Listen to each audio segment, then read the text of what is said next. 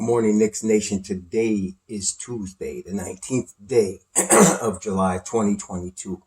I hope this Tuesday finds you healthy and safe, and that your family's also healthy and safe and blessed this morning. Blessings upon those that work in the healthcare field, trying to save lives every day along with the first responders, and those that are out here picking up garbage for us to keep streets and sidewalks, highways, parks clean, and those that make deliveries for our convenience on a daily basis. Double blessings on the men and women trying to help rescue, deliver, recover, save the teenagers and children from the hands of child molestation and pedophilia. And blessings also upon them that are trying to deliver people from pornography and child pornography, from prostitution and child prostitution, human trafficking and sex slavery, and double curses on the perpetrators, on the perverts and the profiteers who are out here trafficking in this human misery. Finally, blessings upon the homeless. There are nearly 600,000 men, women, and a lot of children living on the street today in the United States of America. And there are millions around the world in similar or worse conditions. And I say blessings upon them, for theirs is the kingdom. If you can do anything to help, do it. I just want to continue our discussion on all of the madness going on with the Knicks. And it's not just the Knicks, it's the NBA, but it's affecting the Knicks. I'm trying to remember a crazier summer than this one. I know like the summer of LeBron was crazy, but that's because it was LeBron. This is more than just like a LeBron player. This is a bunch of teams doing things. And it's kind of fun actually, but it's a function of the changes the NBA has made, like the salary cap issues, and the different rule changes that have affected how teams do business. And so we're talking about the rumor that started with Mark Stein. We're talking about it yesterday a lot, but I just want to clarify certain points that came out of it. There are certain things that are solid that came out that we can count on, okay? First of all, the Mark Stein rumor, that the source that he quoted that said, if the Knicks trade for Donovan Mitchell, they'll be looking to unload Julius Randle to the Lakers. Now, the thing I realized about Randle, I was disappointed, I guess it was a few weeks ago, Ian Begley was on somebody's platform, and they asked him about Julius Randle and his future with the Knicks. And he indicated, based on what he knew from the Knicks organization, that they were not interested in trading Randle at this time, not because his value was low, but because from what Ian was saying, Leon and Tom Thibodeau and Worldwide West worked closely with Randle. And if he was going to be traded, it would be to a team that he preferred to go to. Okay, so a lot of us, and I myself, based on that, I was thinking Dallas because he's from Dallas, but Dallas couldn't do it because they had other issues with their salary cap, Jalen Brunson, so on and so forth. So they couldn't get that done. I didn't remember that he played for the Lakers when he started his career, and that he liked LA, and that he was disappointed that they just let him walk for nothing. They didn't offer him anything. They didn't offer him an extension, a sign and trade, nothing. They drafted Julius Randle in the lottery, and then they just let him walk. They didn't want him. Okay. So he ended up going to New Orleans on a 3-year, $27 million deal.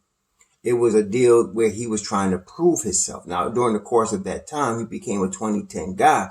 But at that time, I think a lot of us noticed that he was empty stats. And what empty stats mean? I mean, people say it was hard to get 2010. You can look at the numbers and say, okay, yeah, 2010, that's great. But if your team is always losing, if you don't make them better, what do the stats mean? Okay, and that's what was going on in New Orleans with Julius. But he himself was looking pretty good in most, with the 2010 stats and all of that. So along come, of course, we know the story. Steve Mills, Scott Perry went out to LA after his third year, offered him to be the man in New York. Big time for him because he had been let go by the Lakers. And that's why every time he plays the Lakers, he plays with an edge on him. Players do that, when they have a bad situation with a club that they were in, they have an edge when they come back to play that team. And especially because Anthony Davis was there, another Kentucky dude, and Julius is trying to play the big brother. Okay. So LA is a place he would want to go. That's why this is something that's feasible at all. Okay. Now, let's go back to that is hinging on the Donovan Mitchell acquisition. So if there's a Donovan Mitchell acquisition, the New York Knicks are bringing in $30 million. We're going to assume, for the sake of argument, that Donovan Mitchell, A, wants to come to New York, and B, will waive his 15% trade kicker because he wants to come to New York. The trade kicker players get to stop themselves from being traded without getting paid to be traded to a team they don't want to be traded to, right? So being that, I'm going to make these two assumptions. Donovan Mitchell wants to come to New York, and so therefore he will waive his 15% trade kicker, which makes him at a $30 million salary for this year. Okay. Now at $30 million, he comes over. Y'all got to follow the money. We were talking about this a lot yesterday. You got to follow the money. You got to match that salary at least to 26 million. Now I did it at 25 and it actually worked on the NBA trade machine on ESPN. I looked at the trade machine. It works with even 25.5 million with Donovan Mitchell. And so I was thinking if they wanted to trade Deuce McBride, they'd have to add cash because of the money. I thought they would need at least 26 million, but apparently 25.5 to 30 gets it done. So that's about 75% ratio. That gets it done. Okay. So that being the case, actually, I'm sorry, it's about 80%. It's a little over 80% of Mitchell's salary would be coming back to the Jazz. And that gets it done. So looking at it that way, you're talking about Mitchell coming to the Knicks. Let's not talk about the draft capital for a minute. Some people talk about, the money with the draft capital. That don't count right now. Anyway, right now it's just picks. We don't know where the picks going to land or where they are, so you can't put a number on where they're going to be. Okay, somebody says, well, you got to put money on the slot. We don't have the slot yet. There's no slot. Okay, so you don't count that money right now. Okay, some of y'all are looking at the draft and saying, well, you got to add money for the picks. No. They don't count for nothing right now. If there was a player that was drafted and a specific slot, like if somebody from this past draft was traded, that would count. But in the future draft picks, you don't know what the slot's going to be. So there's no slot. There's no money involved with the picks. Okay, just make sure you understand that. So now, $30 million for Donovan Mitchell. So you got to send back at least, let's say, I saw it last night, at least 25.5 million. So you got to follow the money. Okay, so Evan Fournier is $18 million. He has got to go. Okay, unless, and this is another assumption I'm going to make, based on everything, the overall thing that we're looking at in terms of the two deals with the Lakers and the Utah Jazz, Obi Toppin's got to stay. If there is a possibility that Randall is being traded, Obi's got to be there. The Knicks drafted Obi. He was the first one that Leon Rose drafted. He's staying with the Knicks. So you now could take him off the tape. Okay, so you're going to have Obi. You're going to have RJ. Mitchell Robinson ain't going nowhere. He just signed an extension, right? So those three are not going anywhere. We know Jalen Brunson ain't going nowhere. He just signed with the Knicks. And we know now Hartenstein ain't going nowhere. And we also know Jericho Sims just signed an extension. He's not going nowhere. So you're left with youth. You're left with basically 4 players. Grimes, Cam, both of those are wings. And then 2 point guards or 2 guards, Emmanuel Quickley and Deuce McBride. So you're left with these 4 guys. So you're going to send out Fournier, the salary. You need the salary. Okay, you got to follow the money. Then you got these 4 dudes. Okay, now, you don't want to send out 2 wings or 2 point guards. You want to keep a wing and a point guard for your own rotation. Does that make sense, y'all? So you're going to keep at least a wing and a point guard that you drafted, that you're developing in your own rotation. Okay. So that means that of Grimes and Cam, somebody's got to go, but somebody's got to stay. And that means also of Deuce and Emmanuel Quickley, somebody's got to go and somebody's got to stay. Okay. Now, Cam is 5.9 million this year. He's 5.9 million this year.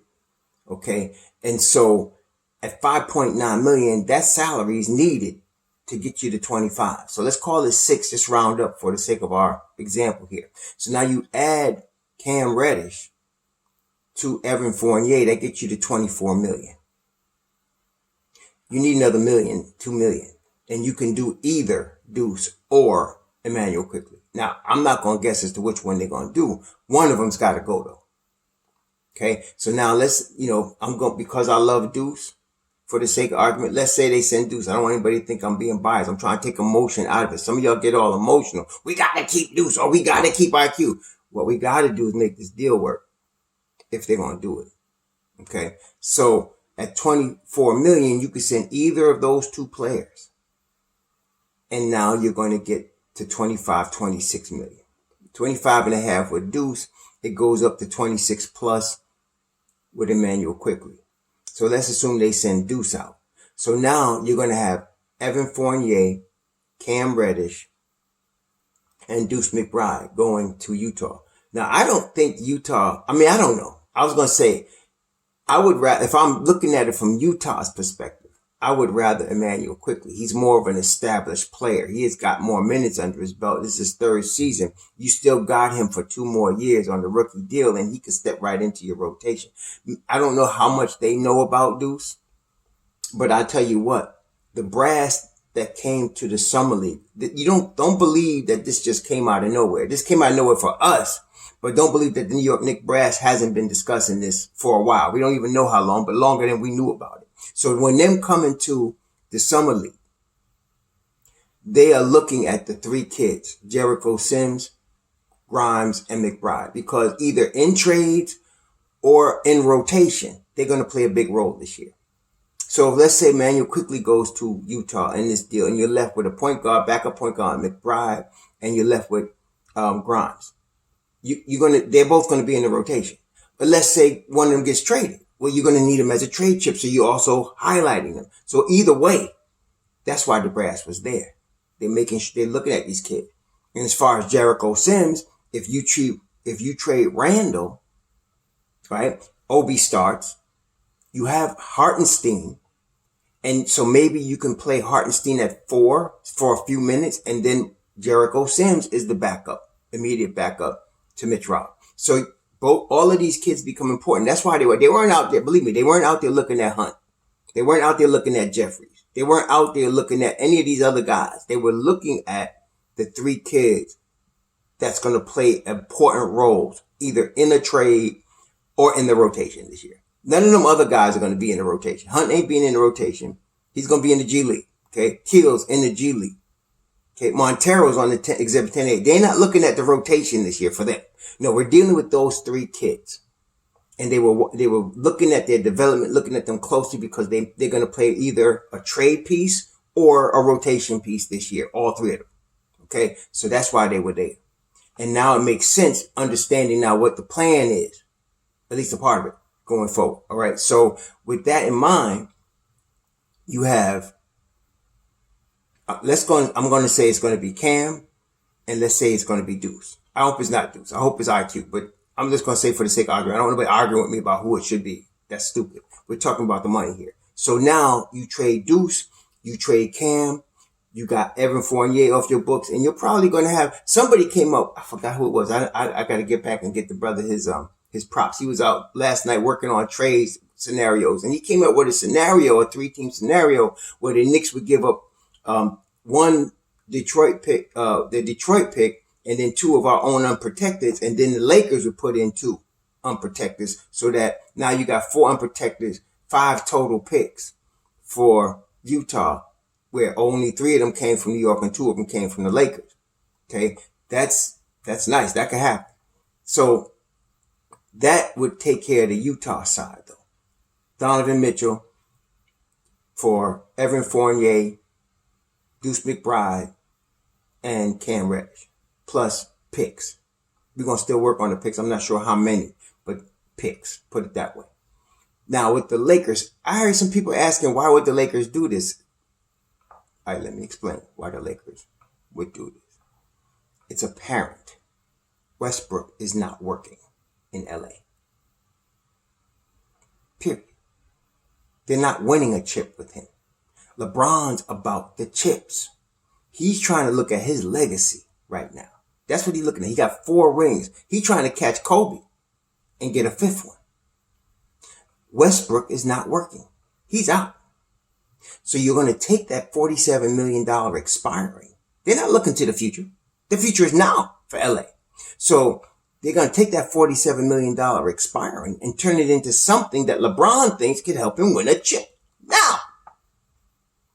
Okay. Now what's available out there? Well, you don't have a lot, but you do have a Julius Randle, who's no longer a rookie, no longer in his first, second, third year. He's now in his 8th season. He's been all NBA. He's been an all-star. And on the Lakers, he would be the 3rd option. He's a dangerous player at that point. Okay, he'd be the 3rd. He's not going to be handling the ball a lot. He's going to be one-on-one a lot of times on a weak side with somebody that can't guard him. And don't let his jumper be falling, because then it's going to be all night off. All night it's going to be on. See? So that would be the guy. So now they're using Westbrook to get in. And now, not only that, so let's talk about, after we make the Donovan Mitchell trade, you need $40 million going back to LA to get Westbrook's $47 million. That's easy. That's Derrick Rose $14 million and Julius Randle $27 million. And Julius Randle would be $27 million because he would exercise, even though he wants to go to LA, he would exercise his trade clause because that makes the deal work. If it goes in there, actually yesterday I did it without him getting the 15% trade kicker and it still worked. So let's say it worked with $23 million plus Rose, it became like 40, it became like 38 altogether. And I don't know how, but it worked. But even if he needs to exercise that trade kicker and come up to 27, you add 27 and you add Rose as 14. Now you got 41. The deal gets done. Okay. LA's going to have to give up some picks. They're going to have to. Remember, they're in win now mode. They're not worried about the future. They're going to give up some picks. That's why I like the idea that the brother brought up where they put 2 picks in going to Utah. We put 3 picks going to Utah. All of us get what we want. Deal gets done. Danny Ainge gets 5 number 1s, 4 unprotected. Okay. And he clears cap space. And there you go. And then the Lakers clear cap space on this. How? Well, they're sending out $47 million of expiring money. What they getting back in return? They're getting back Derrick Rose's $14 million expiring deal. Now they're going to be having Randall for, another 3 years after this. But Derrick Rose is expiring. That's 14 off the books. So they're going to turn 47 into 24, 25, whatever. And so they clear some cap space off their books. So they make another move next year if this don't work out. Because LeBron ain't got that much time left on at this level in the NBA. So that works for them. Okay. For the Knicks, you end up with Jalen Brunson. In this particular scenario, you end up with Jalen Brunson. You end up with Donovan Mitchell. And some of y'all don't like it. I'm not great on it, but it ain't as bad as some of y'all making it sound to be. It could be a lot. We could have put it this way. This is much better than Kemba Walker and Evan Fournier. It's much better. Okay. And some of y'all, I don't know why y'all are underrating Donovan Mitchell on defense. He could play defense when he wants to. So he's coming to Tom Thibodeau's team. So he's going to play some defense. I'm not saying he's going to be all NBA, but he ain't going to be Evan Fournier. He's not going to be Matador now. So you got those 2 dudes. You got RJ at the 3. You got Mitchell Robinson at the 5. And you can have Obi Toppin starting at the 4. I mean, your bench is going to be Hartenstein, Sims, and either Deuce or IQ. And then you're going to have, I'm missing somebody. You're going to have Grimes. So you either Grimes or Cam, but I think it's going to be Grimes. So you're going to end up having Hartenstein, Grimes, Deuce or IQ, depending on who they trade, Jericho Sims. You're going to have those guys coming off your bench. That's a 9-man rotation. That's a really good 9-man rotation. Our bench is still going to be mob deep. Okay. Regardless. And so I think that's how this is going to be. Then they could pick up vet minimum. Some of y'all mentioning guys like a Josh Jackson, guys like a Justin Holiday, somebody they might be able to put into the mid-level exception. and bolster their bench a little bit on the wing. I think they could do that. Because they have Sims and Hartenstein, so they tight at the 4 and the 5 pretty much with Obi and Mitch Rob starting. But you go bring in somebody else like a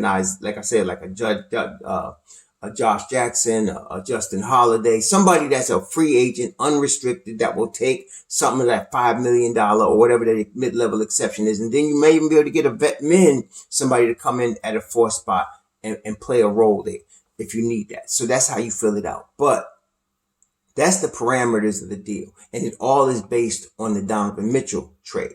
Now, why this is important is it puts pressure on the Don. He is a saver, man. I'm telling you, he's a cheap dude. He don't want to spend more than he needs to spend. He definitely ain't going into luxury tax territory. See, when you look at cap money, they go against the luxury tax, to count cap.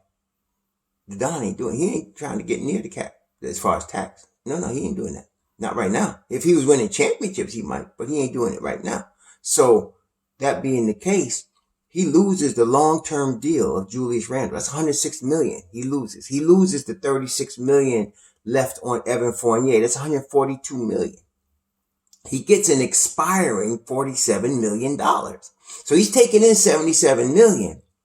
But 47 is gone at the end of the season. And he's going, in fact, Stein reported, Westbrook is not playing for the Knicks. He's going to get bought out. Probably $40 million buys him out. And so he's out. He won't even be on the team. Okay, he's going to get waived. Go sign with a vet men for some team, maybe Miami or something, come off their bench or whatever. But we're not worried about Westbrook not playing for the Knicks. Some of y'all need to get that straight, okay? So that's that. And so you'll have that $47 million coming off your books next summer. You're still going to have at least of the next 4 years, you're still going to have at least 2 of your own unprotected picks. And if they don't deal the 4 that they just got, they probably gonna have 2 or 3 of those still. See? So the 4 that they just acquired that are protected, they're going to have that. So we still going to be in good shape. We're not without anything in our cupboards. I like this. So, and with the team that I just named, with the bench I just named, I think, you get Thibodeau now. Now you're giving him 9 solid dudes. There's no controversy now. He can play them, and he does play 9-man rotations. He does. The 9th man gets like 10 minutes at least. That's on Tibbs' team. The starters get most of the minutes, but he starts on the rotation. He gets between guys on the bench between 20 and 10 minutes. Now he can run them into the ground if he wants to. And he can whip them into shape. He can whip them into his own defensive schemes right now. And he'll have the talent to play the schemes. Okay? So, I'm liking this. I'm liking this for us. So I want to see if he gets this Mitchell deal done. See, when I say it puts more pressure on him, because if to get all this completed, now Ainge knows you want it, but then Ainge is under pressure too. Like I said, Ainge got to deal Donovan. That's why he's out here now. He's on the phone all night trying to find out who can give him a better deal than the Knicks.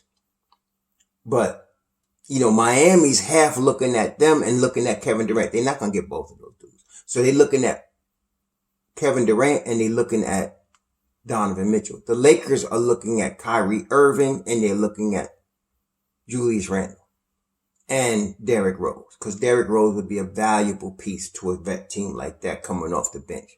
Okay, he'd be a valuable piece in LA for this year. Remember, they're trying to win the chip now. Rose wants a chip. LeBron wants a chip. Badly. So that's motivation right there. And he's expiring. So there's multiple moving parts. Kyrie Irving for the Lakers, Durant and Donovan Mitchell for Miami. Danny Ainge trying to figure out who's going to give him the best deal for Mitchell. And at the same time, Miami's talking to Durant. It's all crazy. But for us, if all of this washes out and we go to camp with what we got right now, we still in good shape. And that's what I like about the Knicks position right now. If all of this washes out, we in good shape. Okay, regardless. If we get the Mitchell deal done, I'm going to tell you, it's about an 80% chance, unless the Lakers sign Kyrie Irving. If they don't sign Kyrie, Randall's going to LA. with Derrick Rose. Okay? If they don't sign Kyrie. And the Kyrie thing, I'm not so sure Brooklyn wants to let him walk. He's not an unrestricted free agent. I don't think Brooklyn wants to let him walk right now because you got him, you got Ben Simmons, and you still got KD. If I'm them, I'm not letting any of them go right now.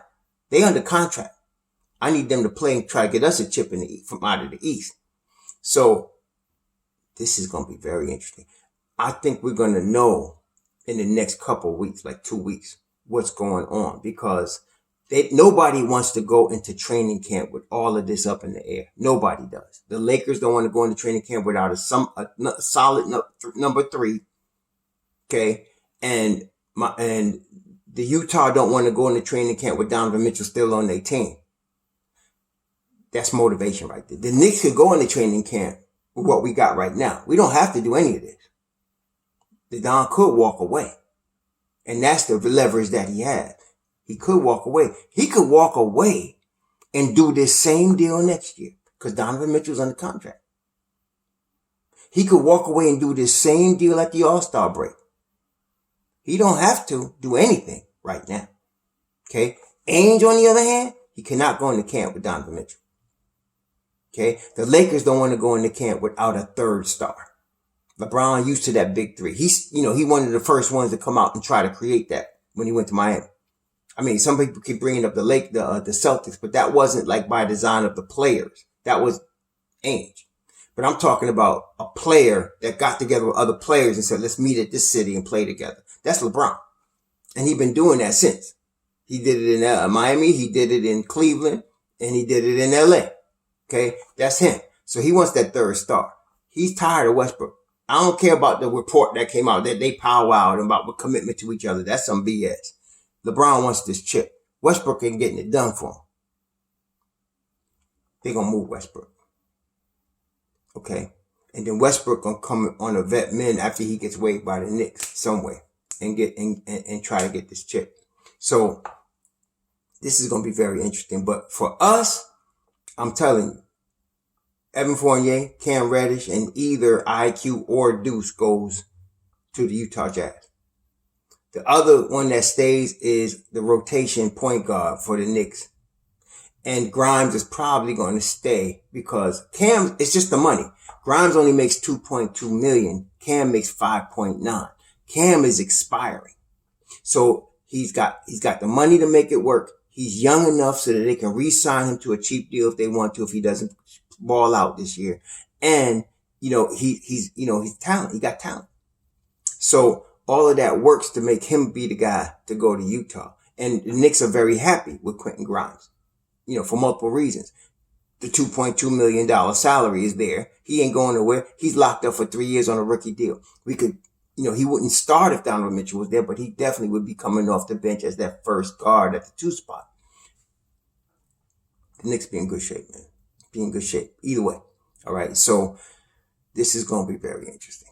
Very interesting. But either way, the Knicks are in good shape. I'm very confident in our front office and the position that they have placed us in. This is all due to the fact that the wheeling and dealing that the Don has already done. That's what kills me. Somebody say, well, why are you calling him the Don? Wake up, open your eyes, and look back over the last 2 years at what he has done, especially with draft picks, how he has accumulated them over the last 2 seasons, and how he has accumulated the players he got on cheap deals. Some of y'all need to wake up. This dude is moving and then now he signed Mitchell Robinson and Jalen Brunson to deals that start high and shrink at the same time that he knows the salary cap is increasing. So just by signing them, he's creating cap space. I know that's above some of y'all, but I'm trying to tell you this dude is Corleone. Anyway, we're going to know in a couple weeks. Enjoy your Tuesday. Shalom.